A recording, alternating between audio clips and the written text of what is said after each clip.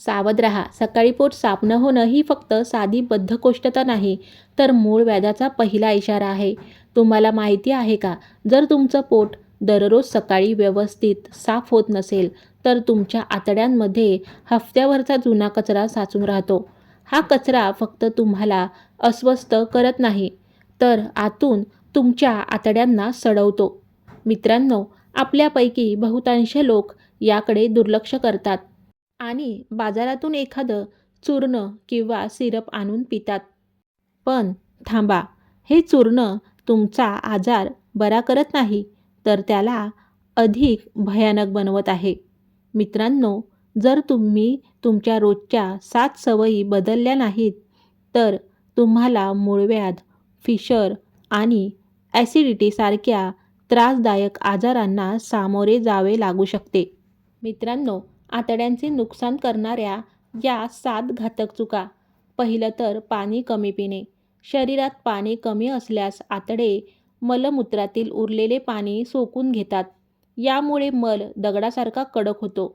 दुसरं, आहारात फायबर नसणे. मैदा, बिस्किटे आणि ब्रेड आतड्यांच्या भिंतींना चिटकतात. फायबर नसेल तर घाण बाहेर पडत नाही. तिसरं, नॅचरल प्रेशर रोखून ठेवणे. आळसामुळे टॉयलेटचे प्रेशर रोखून ठेवल्यास मल अधिक कडक आणि विषारी बनतो.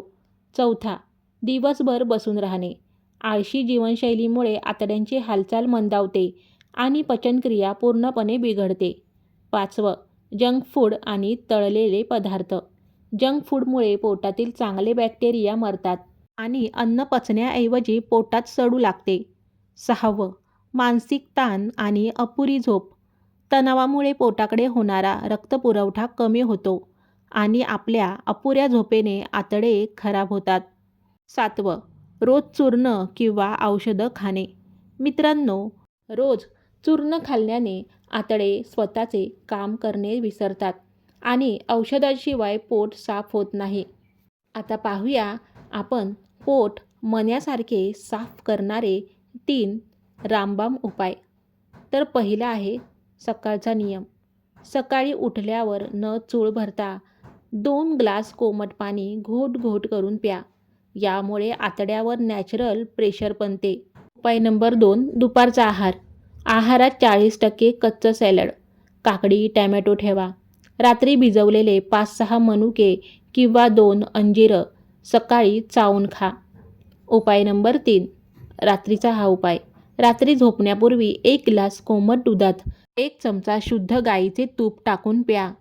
तूप आतड्यांचा मार्ग मऊ करते, ज्यामुळे कडक मल सहज बाहेर पडतो.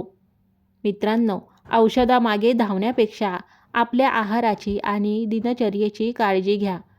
माहिती आवडली असल्यास व्हिडिओला लाईक आणि शेअर नक्की करा. तसेच तुमची प्रतिक्रिया कमेंटमध्ये सांगा. अशाच माहितीसाठी चॅनलला सबस्क्राईब करा. भेटूया पुढच्या व्हिडिओमध्ये. धन्यवाद.